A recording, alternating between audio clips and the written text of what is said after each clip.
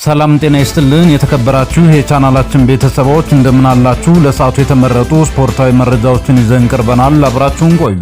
በህንድ ኮልካታ ከተማ እምብርት ላይ ቆሞ የነበረውና የዓለምን እግር ኳስ ወዳጆች ቀልብ የሳበው ግዙፉ የሊዮኔል ሜሲ ሐውልት ሊነሳ መሆኑ ተሰማም።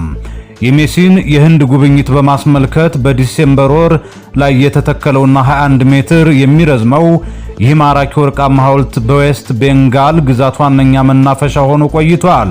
ነገር ግን ከቅርብ ሳምንታት ወዲህ በከተማዋ በተፈጠረው ከፍተኛ ንፋስ ምክንያት ሐውልቱ በኃይል እየተወዛወዘ ይገኛል። የደህንነት ስጋትና የአደጋ ጊዜ ጥንቃቄ የከተማው ማዘጋጃ ቤት ሰራተኞች ሐውልቱ ተፈንግሎ እንዳይወድቅ በተለያዩ ወፍራም ገመዶች አስረው ለማጠናከር ቢሞክሩም ስጋቱ ግን ሊቀረፍ አልቻለም። የከተማዋ ባለስልጣናት ዛሬ በሰጡት አስቸኳይ መግለጫም ሐውልቱ ለህዝብ ደህንነት እጅግ አስጊ በመሆኑ በአስቸኳይ እንደሚነሳ አስታውቀዋል። የዌስት ቤንጋል ግዛት የፓርላማ አባል የሆኑት ሻራዳዋት ሙከርጂም ለፈረንሳይ ዜና አገልግሎት ኤኤፍፒ በሰጡት መግለጫ ሐውልቱ በነፋስ እየተወዛወዘ መሆኑን ሰምተናል። የግዛቱ መሐንዲሶችም ቦታው ላይ ደርሰው ባደረጉት ጥናት ለደህንነት አስጊ መሆኑን አረጋግጠውልናል። ሐውልቱን መጠገንና ማቆም ከባድ በመሆኑ ሙሉ በሙሉ ማንሳቱ ይቀላል።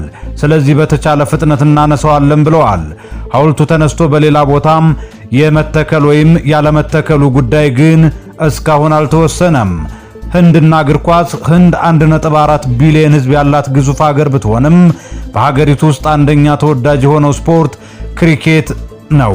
በእግር ኳስ ስፖርት ደግሞ ሀገሪቱ በዓለም አቀፉ የእግር ኳስ ማህበር ፊፋ ደረጃም 142ኛ ላይ ትገኛለች።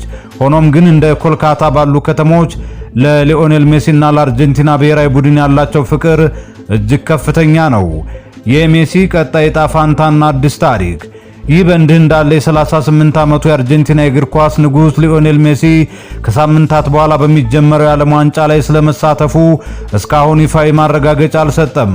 ነገር ግን ሜሲ በዚህ ውድድር ላይ የሚሳተፍ ከሆነም በዓለም ዋንጫ ታሪክ ለስድስተኛ ጊዜ በመሳተፍ አዲስ የዓለም ሪከርድ የሚጋራ ይሆናል።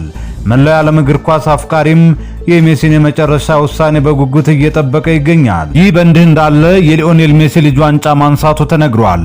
የሊዮኔል ሜሲ ልጅ ቺሮ ሜሲ ከኢንተር ሚያሚ ህፃናት አካዳሚ ከ10 ዓመት በታች ቡድን ጋር በመሆን የዌስተርን ካፕ ታዳጊዎች ዋንጫን ማሸነፍ ችሏል። ቺሮ ሜሲ ከጨዋታው በኋላ ሲናገር በጥሩ ሁኔታ ተጫውተናል፣ የአሰልጣኞችንንም መመሪያዎች እየተከተልን ነው ብሏል። ቺሮ በውድድር ላይ ግቦችን በማስቆጠርና አስደናቂ ብቃት በማሳየት የውድድሩ ኮከብ መሆን ችሏል።